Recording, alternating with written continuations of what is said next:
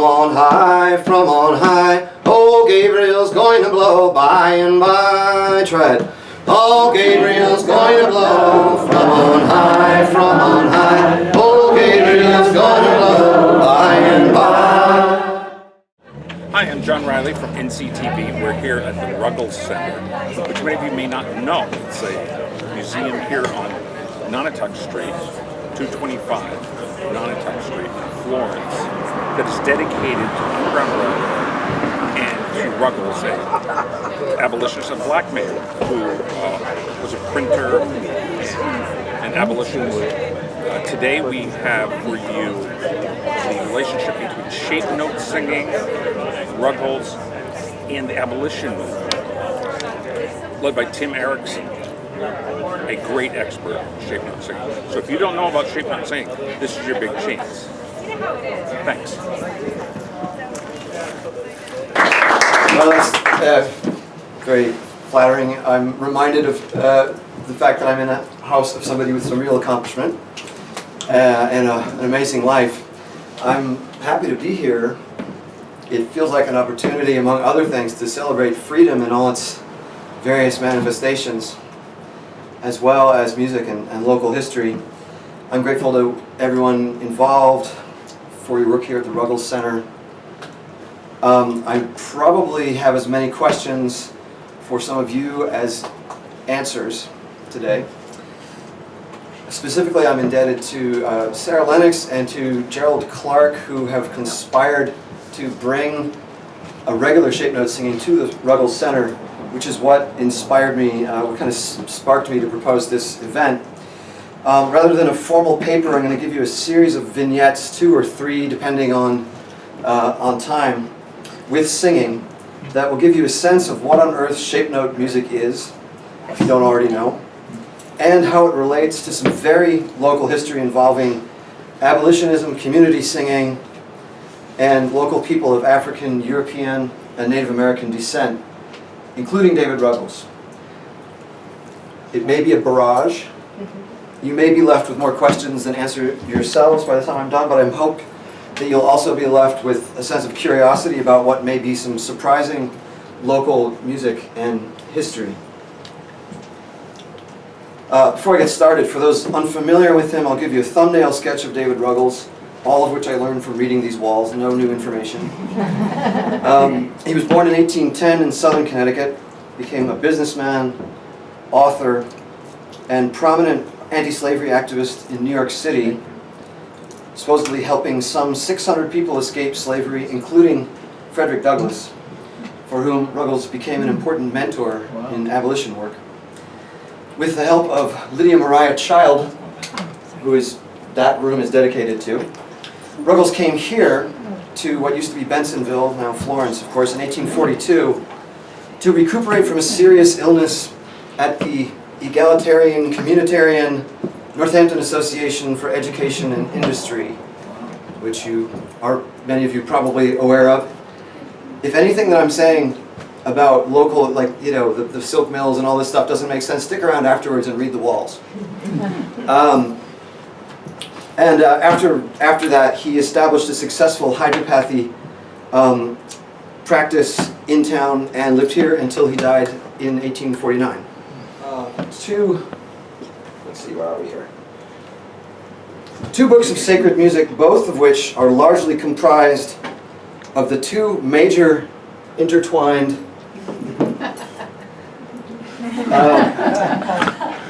genres of music, or musical trends, that make up what we have come to call shape note music. Those 2 genres are the earliest hymns by mostly amateur New England composers from about 1770 to 1819, thereabouts. Northampton was an important publishing center for that music. You used to be able to find locally published books from the late 18th century for $1 at yard sales. No longer. Definitely not since eBay. So that's one. The second musical trend that is represented by the term shape note music is the popular or folk hymns associated with the ecstatic religious revivalism of the 19th century, especially the often huge outdoor camp meetings that took place all up and down the eastern seaboard and beyond, including in Northampton, places like down in the Meadows and other places.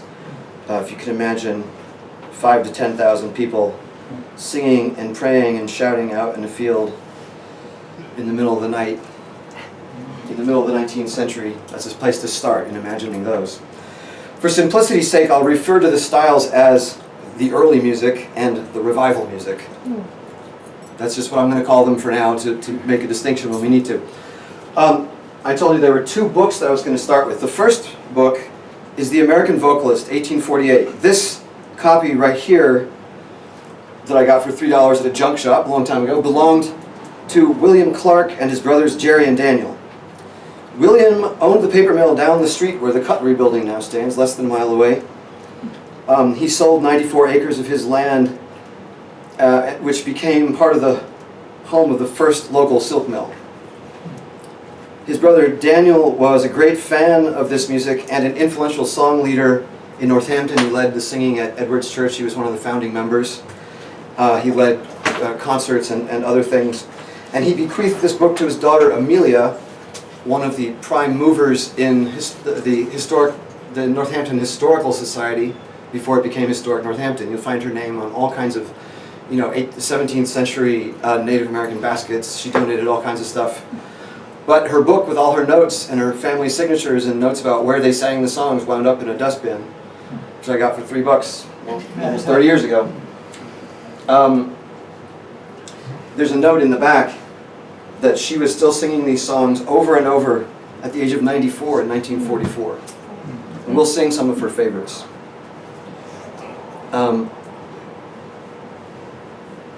The second book is the Christian Lyre, L-Y-R-E. Oh, you can see it there. Compiled by Joshua Levitt, whose name appears multiple times on the walls of this house. Born up in Heath in 1794, a lawyer, preacher, editor, tune book compiler. I believe he had a practice in Northampton briefly before moving to New York. And most famously, a dedicated abolitionist. Levitt was an associate and friend of David Ruggles in New York City, where they did abolition and publishing work together in the 1830s. Ruggles certainly knew the Christian Lyre, and I'm sure he sang out of it. He would have had to work pretty hard to not sing out of this book. This was the premier revival hymn book from the whole period when it was first published in 1831 up until the Civil War and beyond in some places. All right. Among other things, Levitt is remembered for his advocacy of the Mende rebels who commandeered the slave ship Amistad in 1839. If you've seen the 1997 Steven Spielberg film 442, clue guys, 442. If you've seen the 1997 Steven Spielberg film, you may remember a scene in which a group of white New Haven abolitionists sang a hymn as the Africans finally set sail for home, having won their freedom in 1842. The hymn was Boston music reformer Lowell Mason's 1832 Missionary hymn, which we're going to hear now. All right. Blah, blah, blah, blah, blah, Missionary hymn.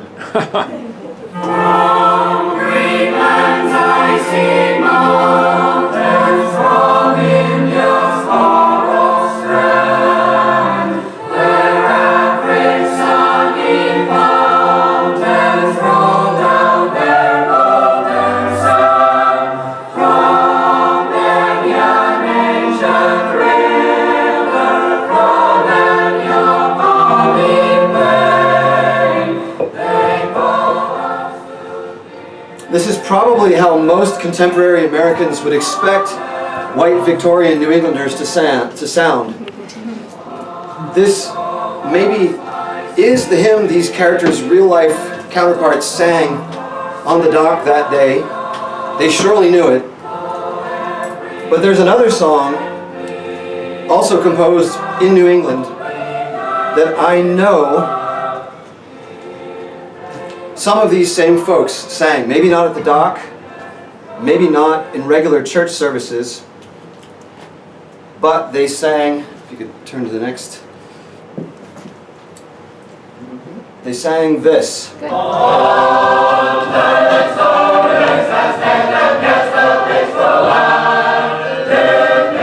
Fair and happy land, where my possessions lie. Oh, the transporting rapture sing that rises to thy side.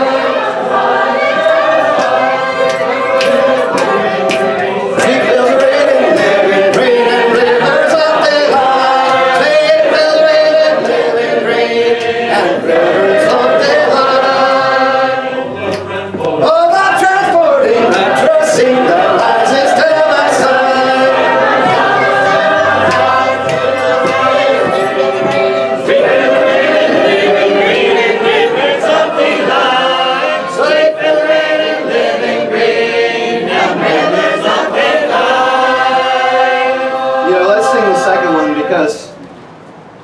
Let's sing the second verse because they're too hard to sing along with.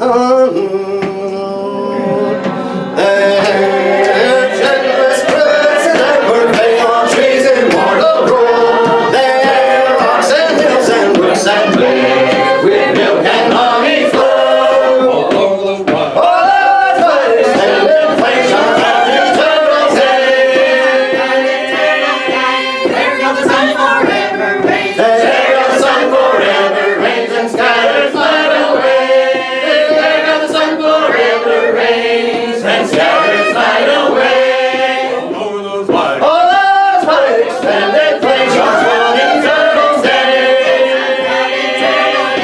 There goes the sun forever rains. There goes the sun forever rains and scatters light away. There goes the sun forever rains and scatters light away.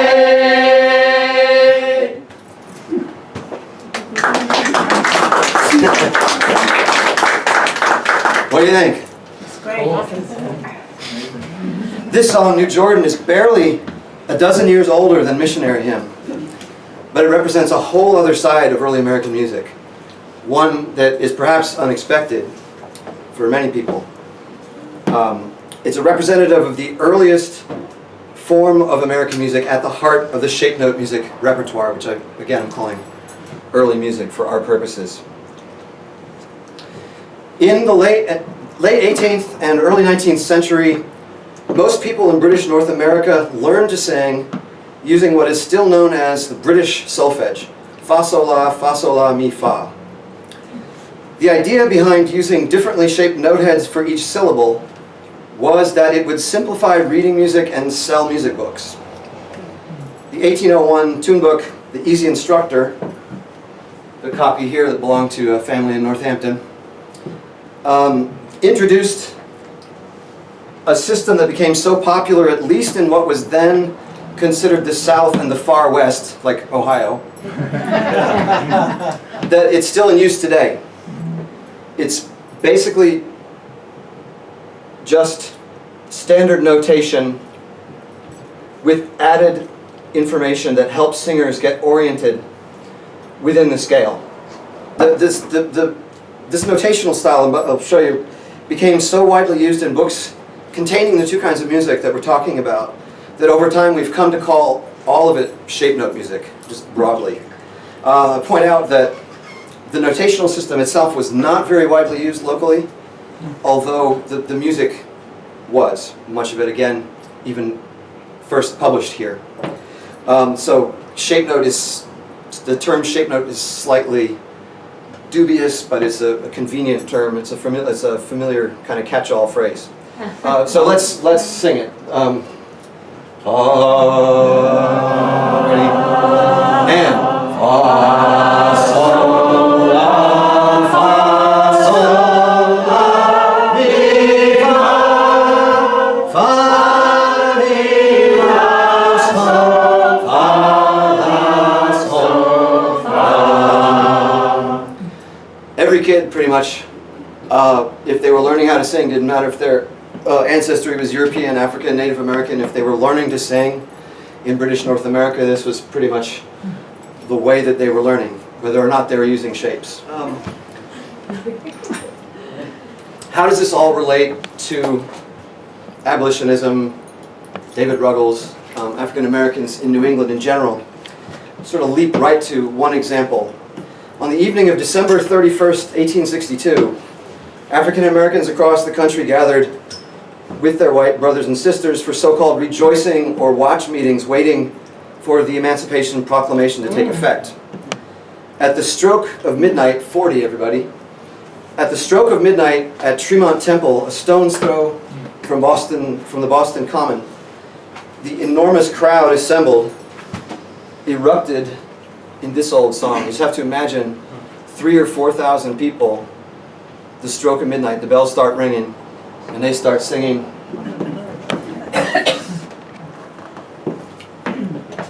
And please do feel free to sing along with us. This is the melody here. Fa, la, sol, fa, fa, fa, sol, la, sol, sol, fa, sol, la, sol, fa, fa, la, sol, la, fa, sol, sol, la, fa, sol, mi, fa, sol, sol, sol, fa, la, fa, sol, la, la, la, fa, sol, sol, sol, la, fa, fa, sol, la, la, la, fa, sol, mi, fa. Trumpet blow, that gladly solemn sound, let all the nations know to earth's remotest bound. A year of jubilees, come the year of jubilees, come we gladly ransom sinners home. The year of jubilees, come the year of jubilees, come we gladly ransom sinners home.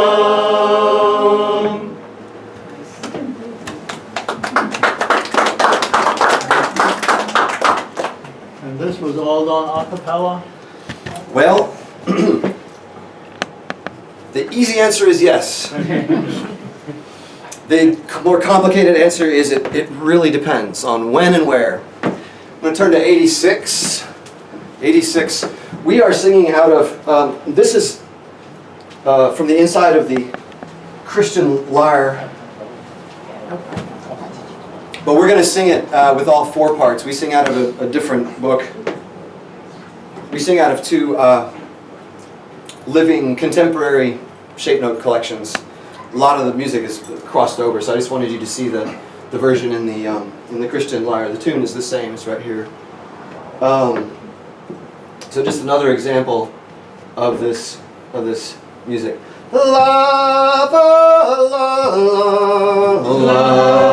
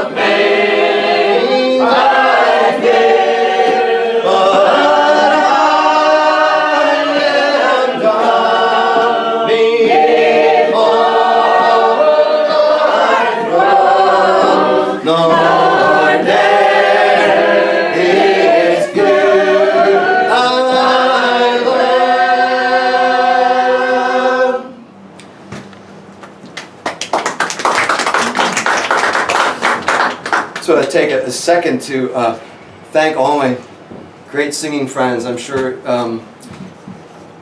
this is a different experience than it would be if I was trying to do this all on my own. I hope you appreciate that. That is by Timothy Swan from Northfield, Mass. He was a hat maker there. He started composing when he was 17 years old.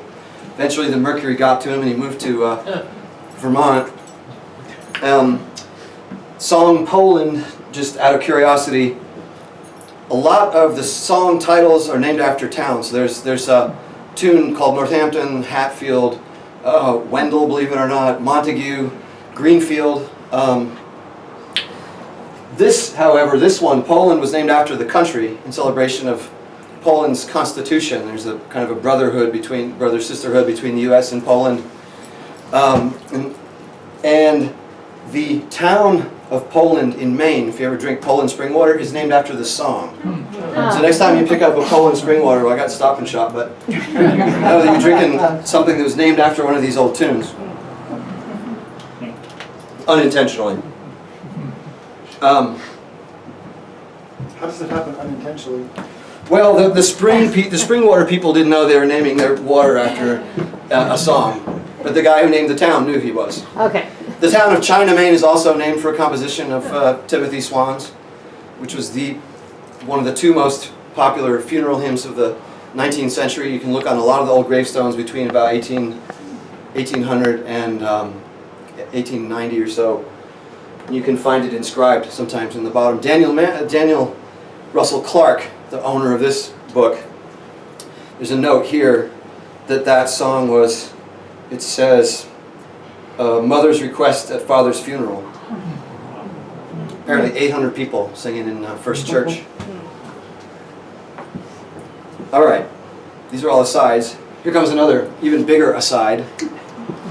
But a fascinating one, an aside to our discussion of this colonial and early federal era music. While Connecticut's shape note innovator Andrew Law's competing notational system really never took off, he taught music all up and down the eastern seaboard for over 4 decades.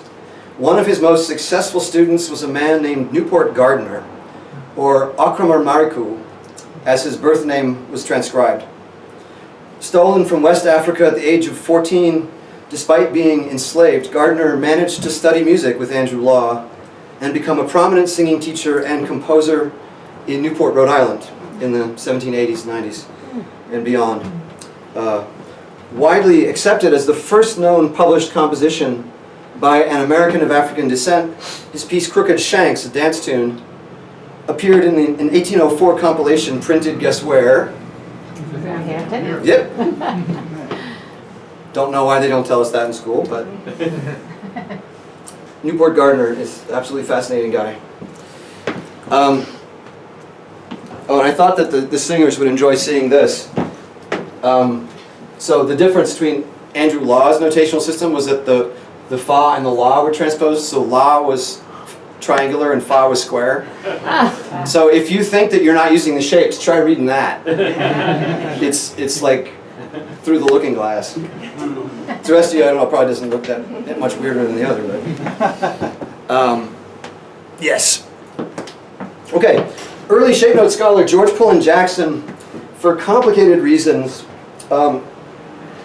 coined the term white spirituals to describe the music he found being practiced in communities singing from southern shape note collections, like the Sacred Harp that we sing from. The term was embraced, largely unquestioned by the public.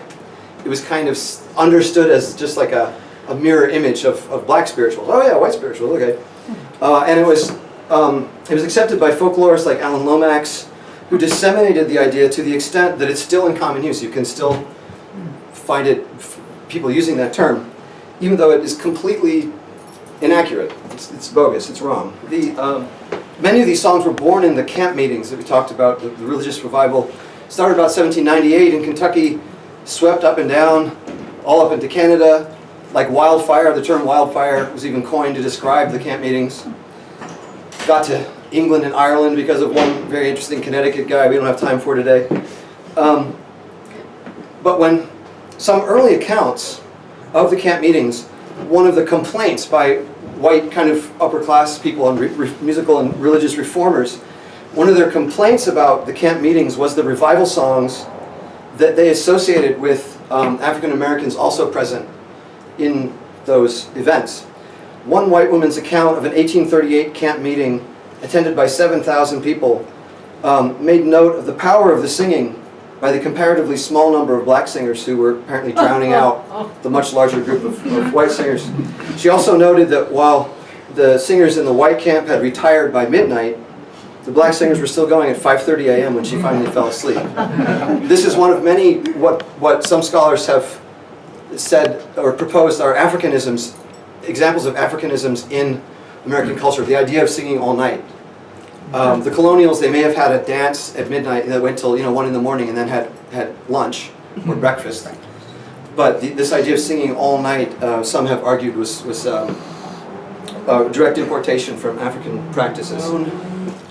Colleague and friend Sojourner Truth was renowned for her singing of just this music, which played an important role in her speaking and preaching.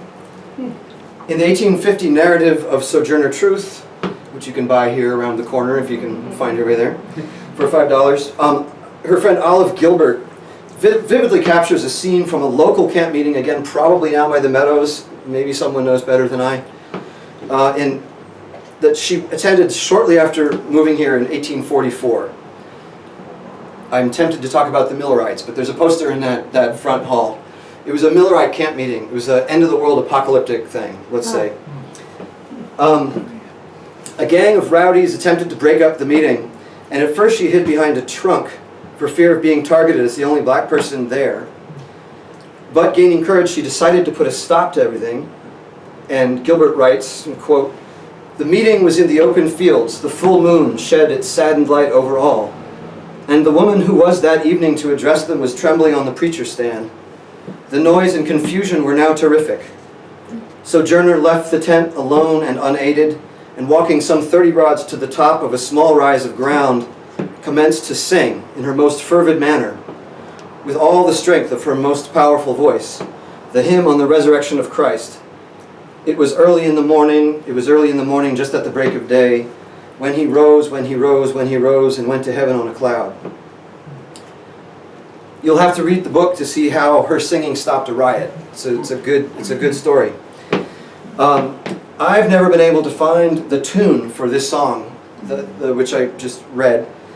Apparently her favorite song, she referred to it that way. But we can sing some others. I am confident she knew. We'll sing, I'll give you one. If you guys will turn to 87, we'll sing something before that. But just to be ready. Here's a song that comes right out of 1843, 1844, the so-called failed apocalypse, the Millerite apocalypse that never happened. Some called it the Great Disappointment. The chorus goes like this. Oh, there's better days. Oh, no, I'm not going to do that one. Gabriel's going to blow from on high, from on high. Oh, Gabriel's going to blow by and by. Try it.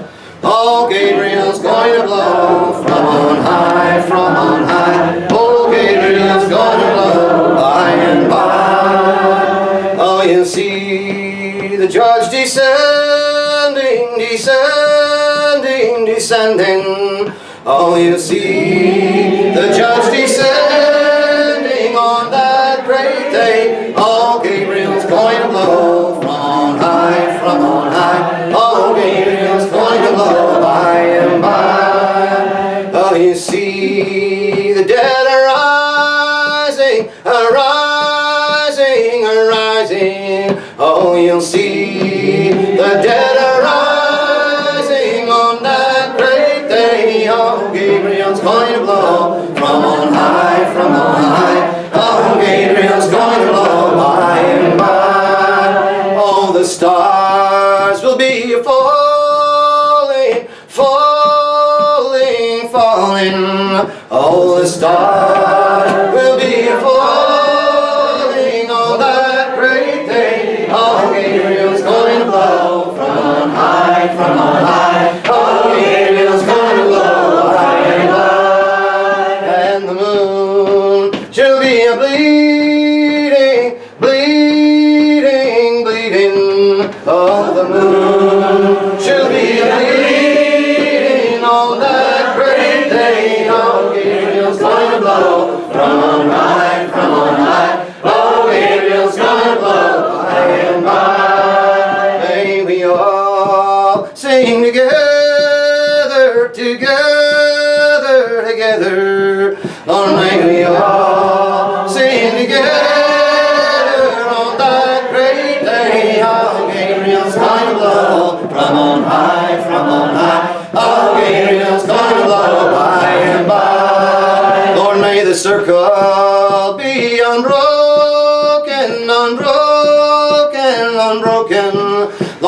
the circle be unbroken on that great day. Oh, Gabriel's going to blow from on high, from on high. Oh, Gabriel's going to blow by and by. Sing it again. Oh, Gabriel's going to blow from on high, from on high. Oh, Gabriel's going to blow by and by.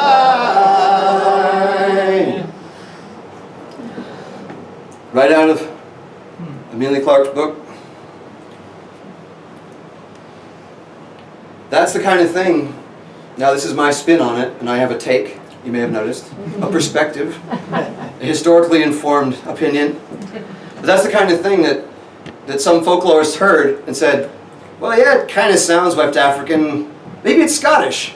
And went to a great deal of effort to establish it as having come somehow from the British Isles. But it's, I think, pretty clear that this is an Afro-Celtic song from the state of Maine that made its way up and down through these Millerite conventions that were, and camp meetings that were renowned for, if not equal participation, or participation on an equal level by people of different racial backgrounds, at least more active participation by people of European, African, Native, all backgrounds, kind of mixing it up, hearing each other's sounds, coming out with music that hadn't yet existed, a kind of music that hadn't yet existed.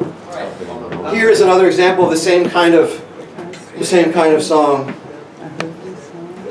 I'm less confident that Sojourner sang this one, but I would not be surprised. It's at least definitely illustrative of the form. And it's a kind of a call and response thing, a chorus song. Oh, for a glance of heavenly day to take this stubborn heart away. Oh, there's better days coming, will you go along with me? Yes, there's better days coming, and we'll sound the jubilee. Let's try that chorus.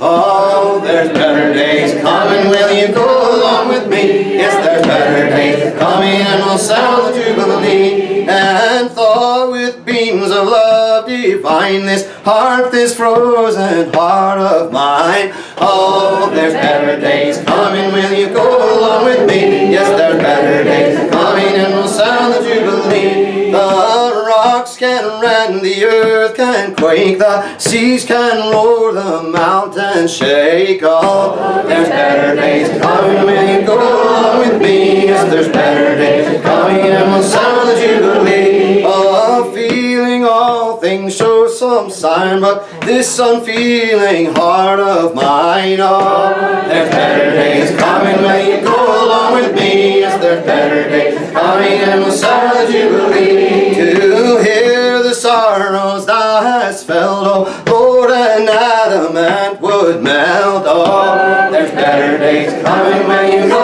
along with me. Yes, there's better days coming, and we'll sound the jubilee. But I can read each moving line, and nothing moves this heart of mine. Oh, there's better days coming, when you go along with me. Yes, there's better days coming, and we'll sound the jubilee. Goodness and wrath in vain combine to stir this stupid heart of mine. Oh, there's better days coming, when you go along with me. Yes, there's better days coming, and we'll sound the jubilee. But power divine can do the deed, and Lord, that power I greatly need. Oh, there's better days coming, when you go along with me. Yes, there's better days coming, and we'll sound the jubilee. Thy spirit can from dross refine and melt and change this heart of mine. Oh, there's better days coming, when you go along with me. Yes, there's better days coming, and we'll sound the jubilee. Oh, there's better days coming, when you go along with me. Yes, there's better days coming,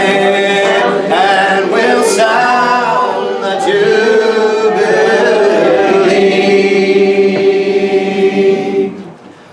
And that ending there that we all know how to do from Happy Birthday was apparently something that they did. After spinning the same song for 45 minutes, you heard perhaps in that first song especially, I don't know if you calculated, but it didn't rhyme. It didn't need to rhyme. All you needed was seven syllables vaguely related to scripture or the end of the world, and you had a new verse. and a compelling song that just kept turning around and around, that could be, as you saw, very easily participated in and learned by anyone. Sing you the song. This is the version of this song that the Hutchinson family sang. They were one of the groups that popularized this song. They came, Hutchinson Family. Pretty much the first touring family band in the nation. I think it was 1840 or so. They hopped in a wagon, 3 brothers and a sister, with a cello and some other instruments, and they performed a combination of sacred, patriotic, secular, and reform music in a big kind of mashup. Became tremendously, hugely, immensely popular. They performed at the Northampton Association of Education and Industry in 1840. Somebody might know better than I. To an audience including Sojourner Truth and other local people. It's another example of one of these camp meeting songs, but the version that we're going to sing is not exactly like this because you don't need to know. We're going to sing 87 out of the Sacred Heart, but you can sort of follow along and see what we're doing here.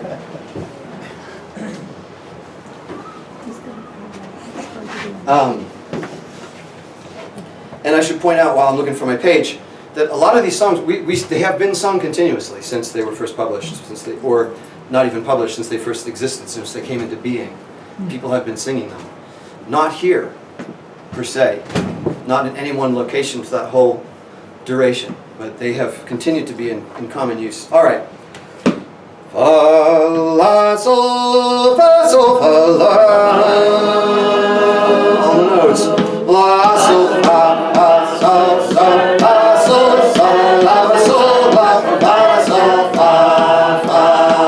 La, sol, fa, fa, sol, sol, fa, sol, sol, la, sol, la, fa, sol, fa, sol, sol, la, fa, fa, sol, la, sol, fa, sol, sol, sol, fa, fa, sol, la, fa, sol, la, sol, la, fa, sol, fa. Oh, who will come and go with me? I am bound for the land of Canaan. I am bound for Canaan's land to see. I am bound for the land of Canaan. Oh, Canaan, sweet Canaan. I'm bound for the land of Canaan, sweet Canaan. 'Tis my happy home. I am bound for the land of Canaan. I'll join with those who gone before. I am bound for the land of Canaan, where sin and sorrow are no more. I am bound for the land of Canaan. Oh, Canaan, sweet Canaan, I'm bound for the land of Canaan, sweet Canaan. 'Tis my happy home. I am bound for the land of Canaan. Oh, Canaan, sweet Canaan, I'm bound for the land of Canaan, sweet Canaan. 'Tis my happy home. I am bound for the land of Canaan. Now, Sojourner Truth sang a song, I'm on my way to Canada.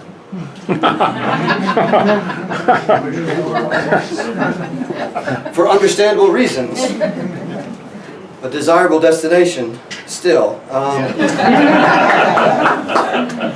didn't mean that to be a political comment, but in this copy here that belonged to Amelia Clark, if I can find the page, under this song, a good friend of hers, after she died, went through and annotated all kinds of things that she remembered about Amelia's singing. And one of the things is, here we go, under this song, in quotes, she wrote, her friend wrote Amelia next to it, and then transcribed Canaan. Canaan. So, I'm bound for the land of Canaan, or there's another song, I'm on my way to Canaan. It's also in this book. I'm on my way to Canaan, I'll bid this world farewell. I'm on my way to Canada. Connections. Another connection. This song that the Hutchinson family sang here in the 1840s for or with Sojourner Truth, the song that was sung in the camp meetings, is also still, and for a long time has been, the song that Southern kids in Alabama and Georgia and Texas and Florida Panhandle, the first song often that they learn in a shape note singing school, still today. And it's thus one of the least popular songs amongst the adults.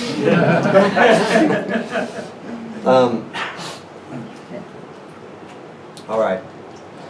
I was going to sing one more out of the Christian Harmony, but it's I think it's too hard to read, but just another example of a camp meeting, a farewell song.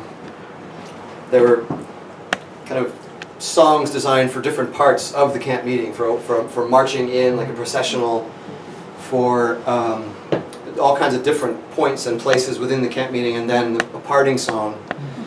We still sing a parting song every time we get together. Sometimes we'll sing two.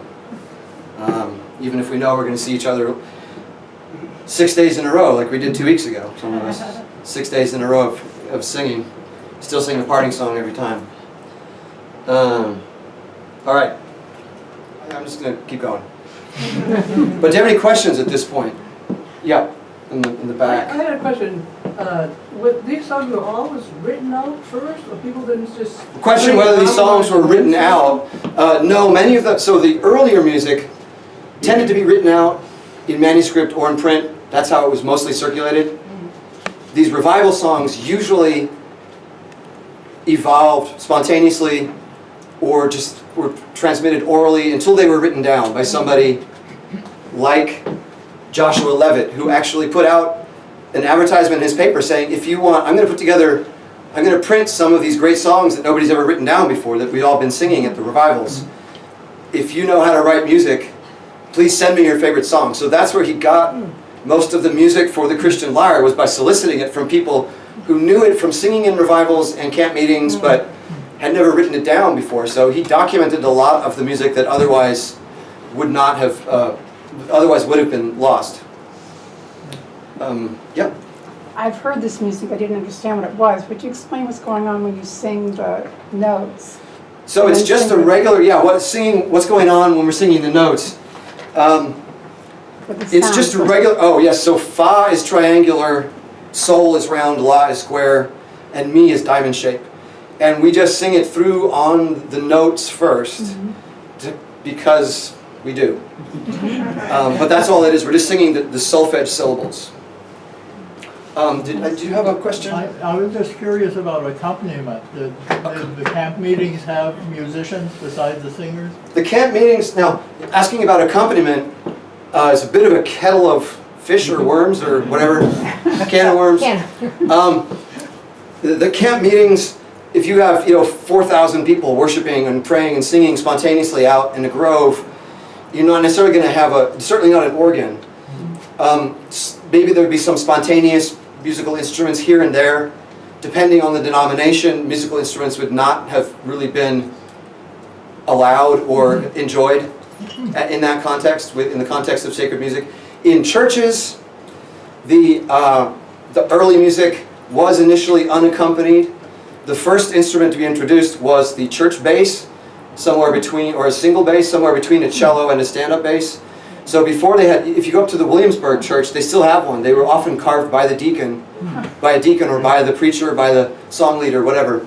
Homemade kind of folk bass instrument that doubled the bass line. This was about the time that choirs were being formed.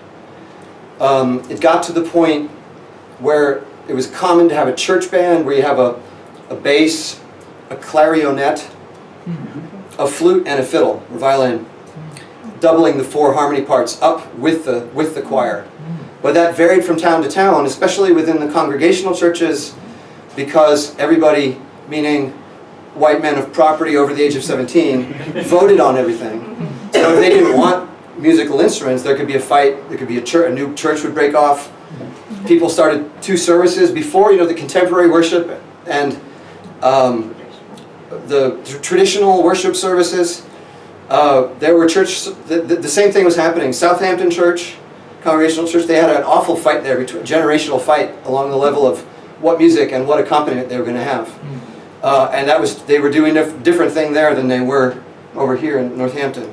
So, yeah, in the back. Is this another can of worms to ask you about West Gallery singing? Can of worms to ask me about West Gallery. The gallery in the churches, typically the pulpit facing the west, the pulpit in the east, facing the west. The gallery up top, many of the Federal era churches featured a gallery up there. The church seating in Congregational and other churches was very hierarchical, racially, racial, gender, age, property, economic lines. So people owned their pews.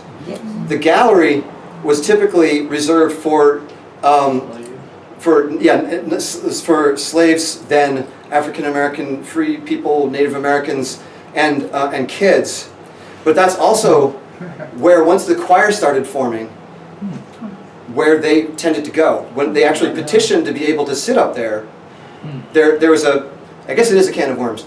Up in Cummington, if you go up to Cummington, the church in 1803, the town voted to $10 for music books, a church base, and to teach some singing schools. A guy named Royal Joy, that's his actual name. Royal Joy was the first singing school teacher, bitter enemy of Oliver Wendell Holmes' dad.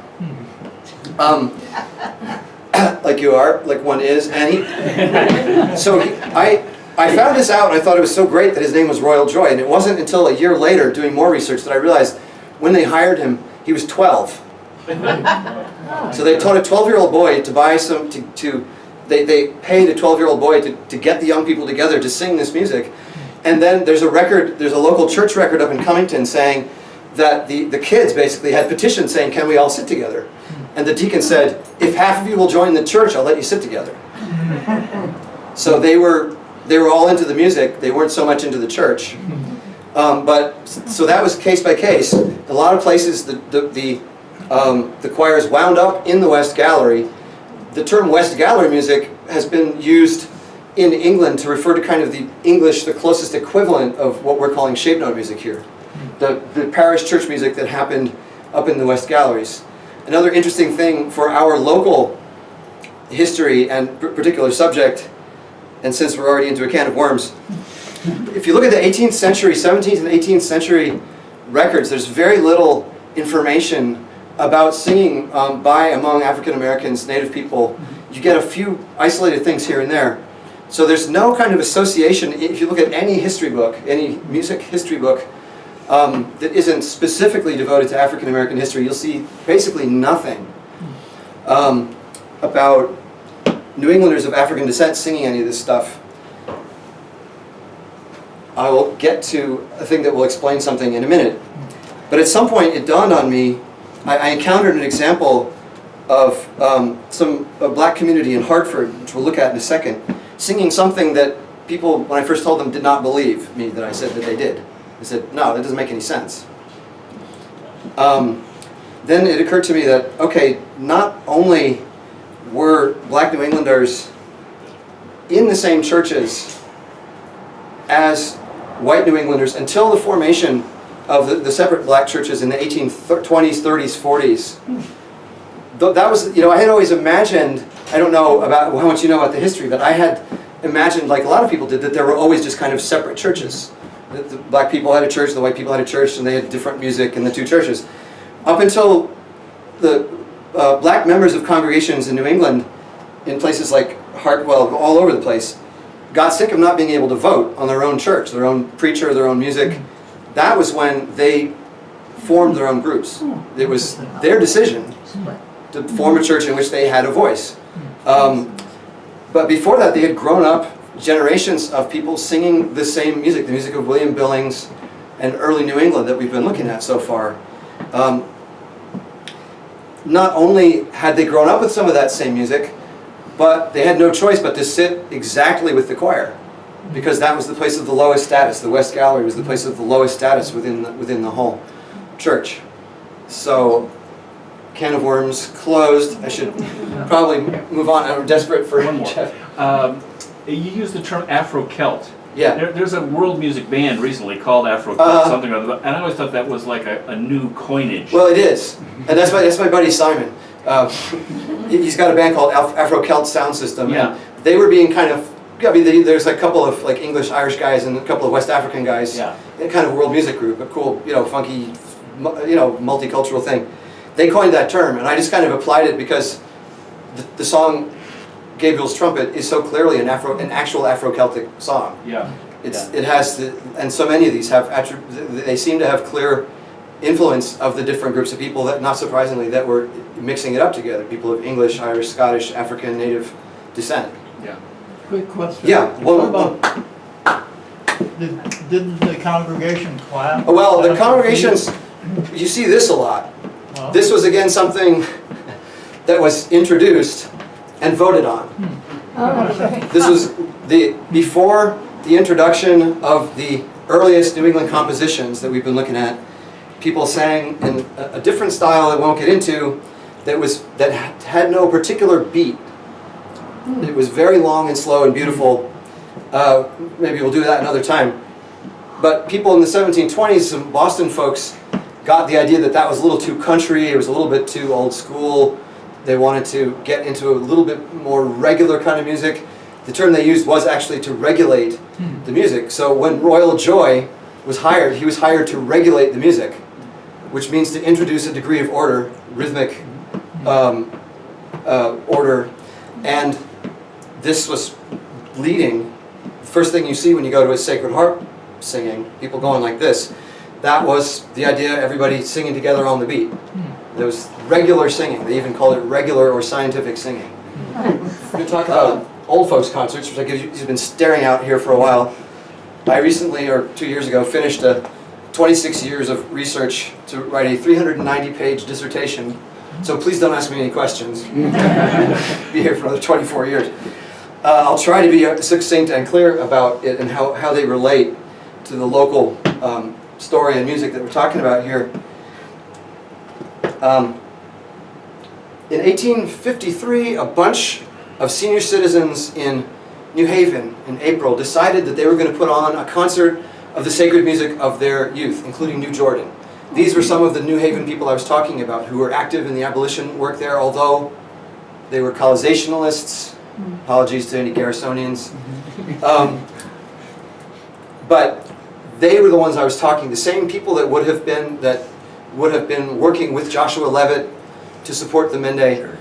They were amongst the senior citizens of the city who staged this novel concert that was a huge hit. They sold out all the tickets. They had to stage another one. They had to stage 2 more. It became a craze. It traveled up and down. It traveled up the Connecticut River Valley, or from New Haven to Hartford, then from Hartford to Westfield and Springfield. Northampton was the 4th city to ever hold one of these, led by Daniel Russell Clark, Amelia's dad. I don't know if you can keep track of all these people. Out of this book. So the idea of senior citizens singing the sacred music of their youth that had been kind of shunned, pushed aside, became so popular that it spread all over the place, jumping out to, even within a matter of months, out to Wisconsin and all up and down, to the extent that in the winter of 1856, there was a front page article in the Boston Herald that called it an epidemic. So it was very popular. And they started out in a broadly abolitionist community and traveled. It was all sort of within this particular group of congregational Whig/Republican, once the formation of the Republican Party happened in 1854, anti-slavery people. For whatever reason, it was exclusively within those quarters that it happened. Not all of these concerts were explicitly abolitionists. A lot of them were just kind of more New England nationalists, celebrating the local history and culture and the music. But there were some that were very explicitly abolitionist. don't know if you're familiar with the term Henry C. Wright. I think he might appear in here somewhere. Henry Wright was a militant abolitionist associate, a good friend of William Lloyd Garrison's in Boston, who, according to a letter that he wrote to Garrison after he saw a concert in Greenfield, he talked about how they used to sing out of this book. The Garrison's inner circle, they sang this old music, which was not being sung in churches, which was not, had really been shunned. But that was their music of choice, or one of their kinds of music of choice, was some of the stuff we've been looking at. Henry Wright was visiting his friend Charles Fisk, who was a station master on the Underground Railroad up in Greenfield. And they led an enormous old folks concert there at the old town hall. So if you can imagine, like, a couple of thousand people listening to a couple of hundred local senior citizens singing old music led by a militant anarchist, that's the fall of 1854 in Greenfield. Singing a song called Greenfield that had been composed by a Massachusetts composer to honor the town of Greenfield. That's local.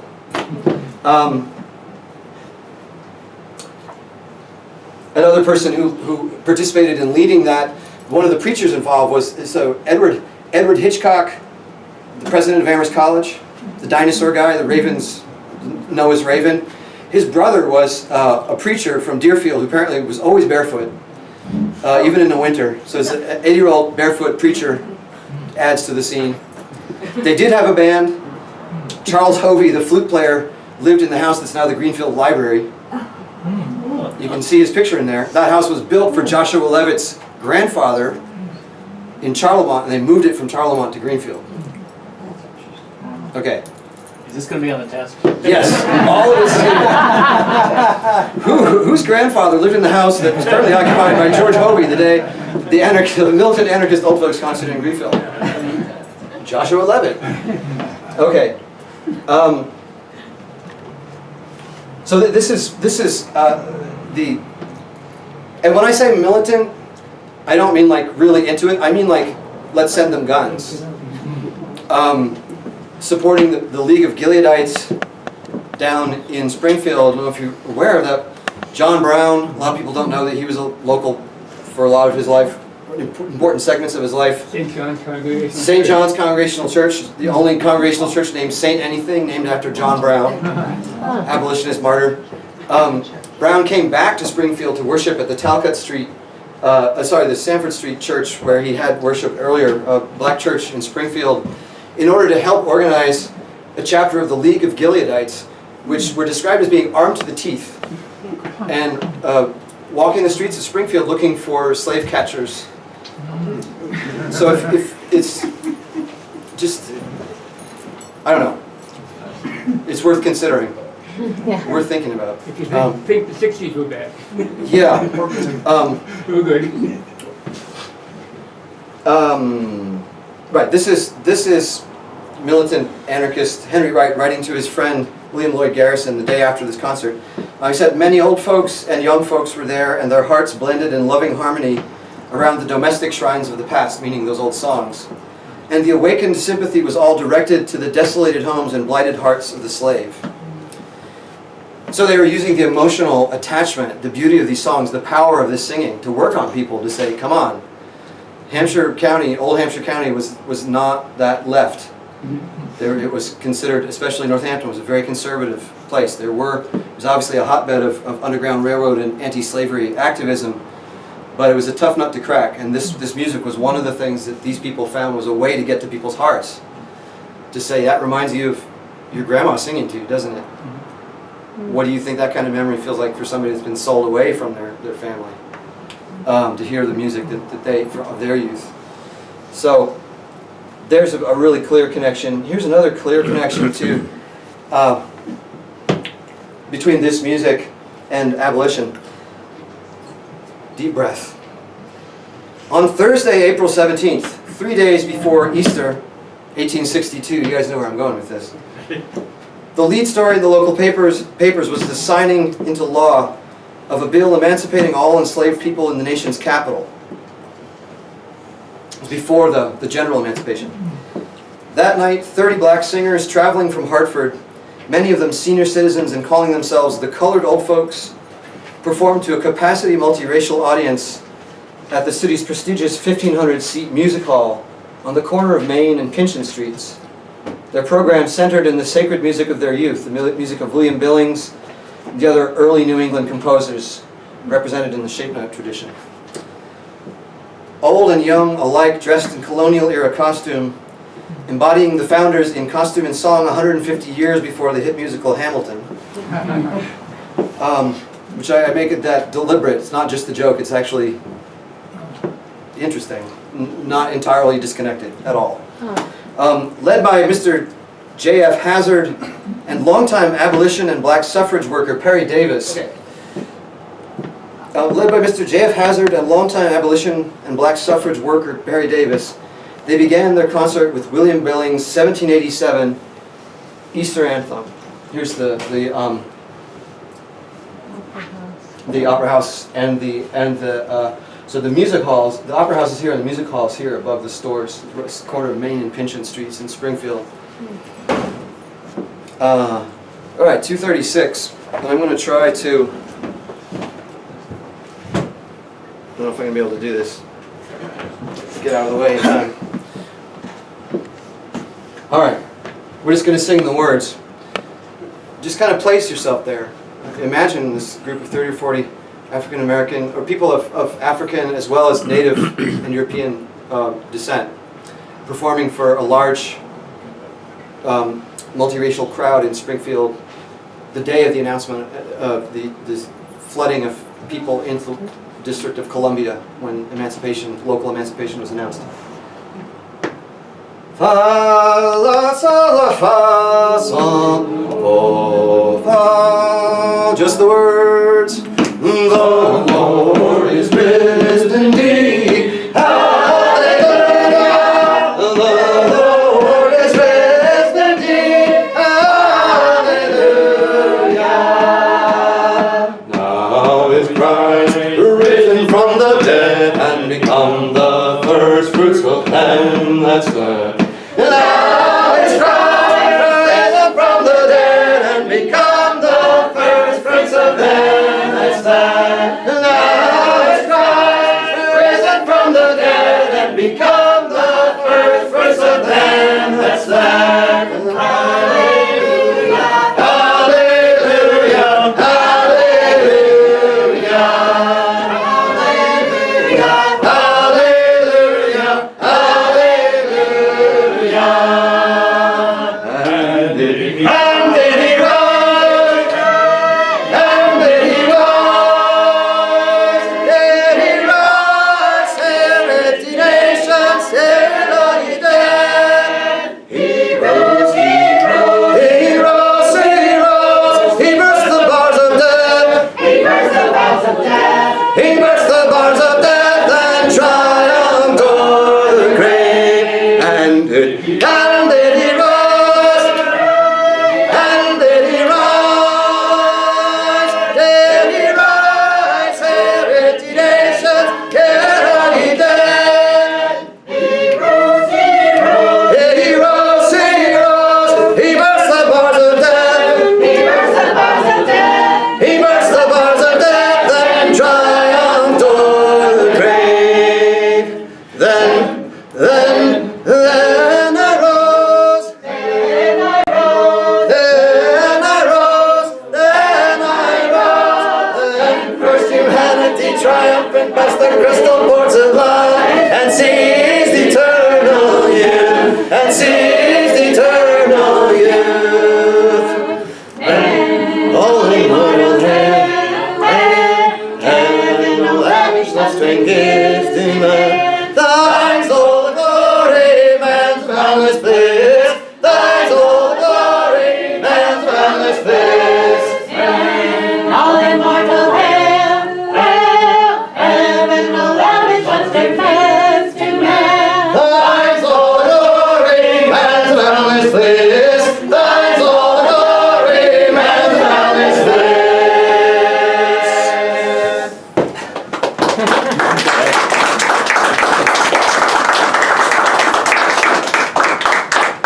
So that is a previously unheard part of the Abolition soundtrack. Yeah. Sorry about my leading there. At first I was thinking, okay, I can do this and they can see me, and of course I didn't realize that I could just do that and you could see me probably better. If I ever need to use multiple computers, I'll remember. All right.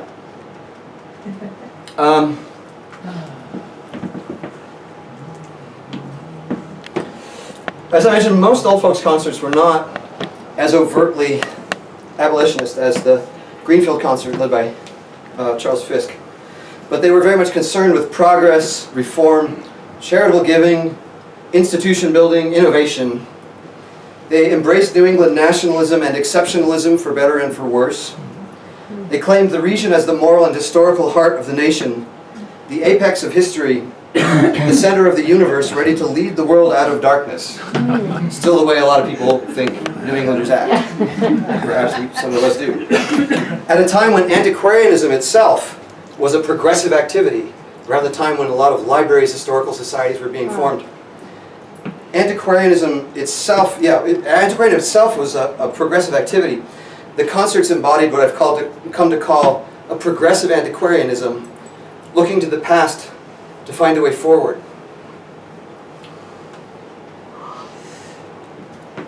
For Black New Englanders and Americans in general, issues of change and progress obviously had special urgency in that time period. With their unexpected costume, at least from our vantage point, and the humorous Yankee interludes that they included in between songs, we can imagine the so-called colored old folks were just playing. My sense is that while there was an element of play, and the concert was reported as fun, apparently wonderful singers according to reviews, it was certainly not a joke. No one in the audience could have missed the contemporary resonance in their performance of Jezemiah Sumner's 1798 patriotic ode on science, with its word, "The British yoke, the Gallic chain, was urged upon our necks in vain, all haughty tyrants we disdain." Nor could they miss the shared history and contemporary solidarity voiced in the song's concluding line, "Shout, long live America."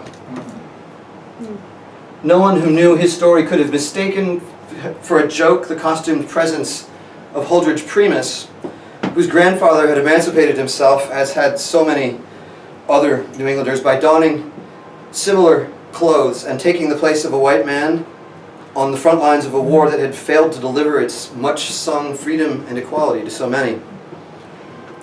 Even their use of the term colored rather than African was quietly strategic. In opposition to the design of the African colonization movement, these old folks were saying, I believe, okay, we're not going anywhere, we're from here. Maybe more from here than you. If you look at the editorials by Samuel Cornish, the founder of the Colored American magazine, the title of the magazine was very intentional. He said, we're not African, we're from here. And he even goes so far as to say we may be more truly American than our white brethren, I think referring to the native ancestry of so many people in the region. So I think they were saying, we're not from here, we are from here, we're not going home anywhere. Mm-hmm. We want to fight, which Connecticut Regiments got earned the right to do in 1864, and we want to vote, which was earned, or at least for black men, in 1870, something that Perry Davis had fought for since at least the 1830s. In their fine singing and dignified bearing, the group embodied the words of one of their early pastors, James Pennington. You'll also see his picture on the walls here. He was one of their first preachers who said, he sought to prove the fallacy of that, quote, the fallacy of that stupid theory that nature has done nothing but fit us for slaves, and that art cannot unfit us for slavery. The singers didn't advertise anything beyond entertainment, no political or social goal, no glaring historical fact. I don't think they needed to. I think that they embodied all of that and more by just being there, by singing the heck out of this music. in their antiquarian singing and costume, I believe the colored old folks of Hartford came to Springfield to take America into the future. Thank you for bearing with the technical stuff. Any more questions? Well, we'll probably sing a couple. Well, let's sing one and let's see if you guys think about some questions. Does anybody in the back have something you want to sing? Hey, Tim, Yep. do you know anything about the native influence? Yeah, unfortunately. There, so, well, in Natick, the best singers in the 17th century were known to be the native people, the so-called singing Indians out there. There were communities of Native Americans that were fantastic singers. They were involved. There's a story of a Connecticut preacher, Lorenzo Dow, had a dream that he had to preach in Ireland or he was going to die. The prophet Daniel came to him in a dream. So he walked to Nova Scotia, somehow by way of the Thousand Islands. And he was walking in the middle of the night and he heard this unearthly sound. When he got closer, he recognized these camp meeting tunes that he knew because he was present at some of the earliest camp meetings. But he didn't recognize the words. And he got closer and he found a group of 500 Iroquois having a camp meeting and singing the same tunes. There were a few influential, well, there was one particularly influential character, hymn writer Samson Occam, some of you may have heard of. He, among other things, raised a lot of the money that helped start Dartmouth College. There were a number of other stray bits like that, but yeah, there were certainly native people who identified as native, who were active in the churches here, active in music as well as in everything else.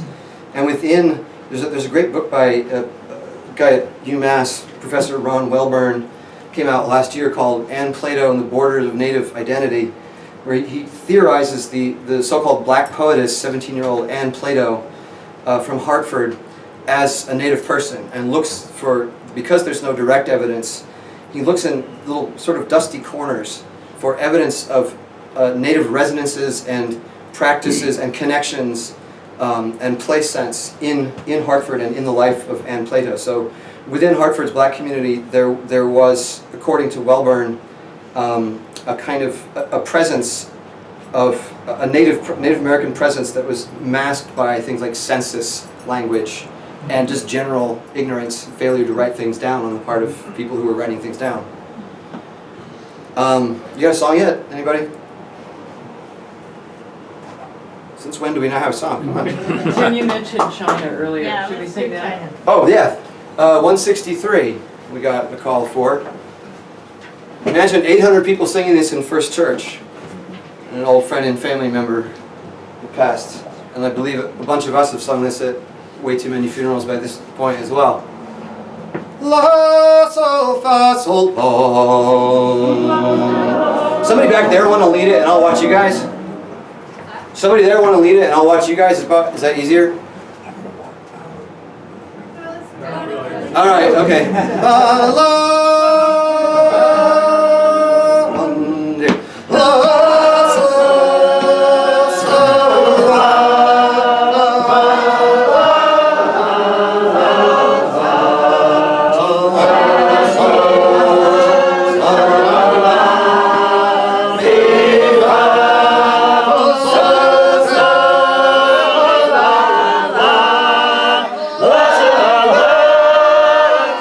Let's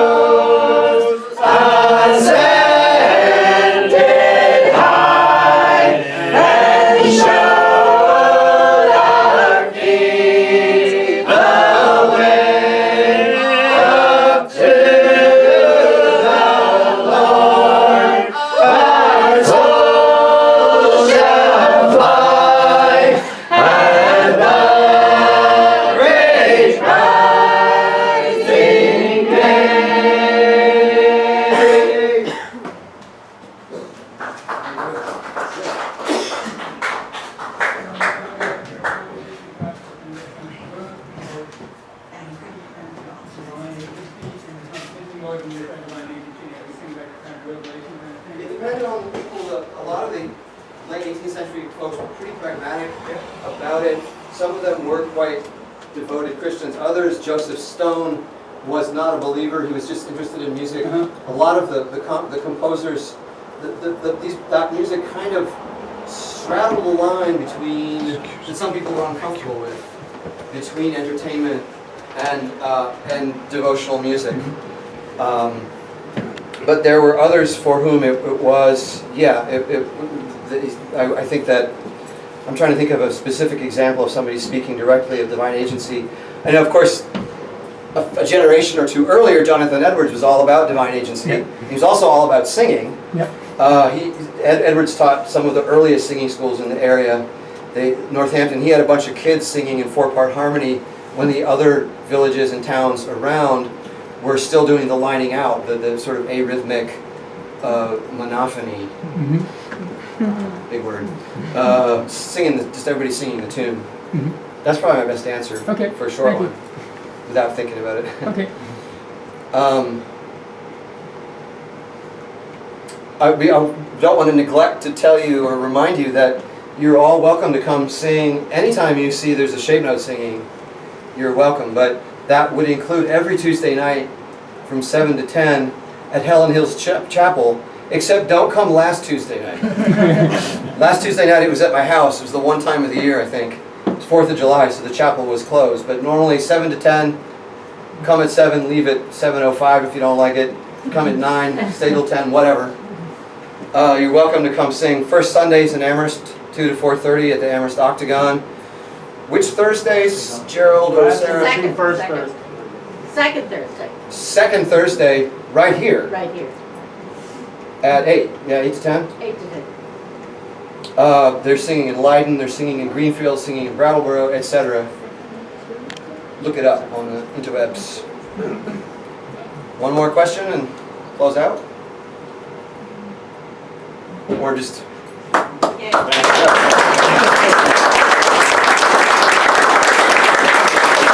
Thanks so much.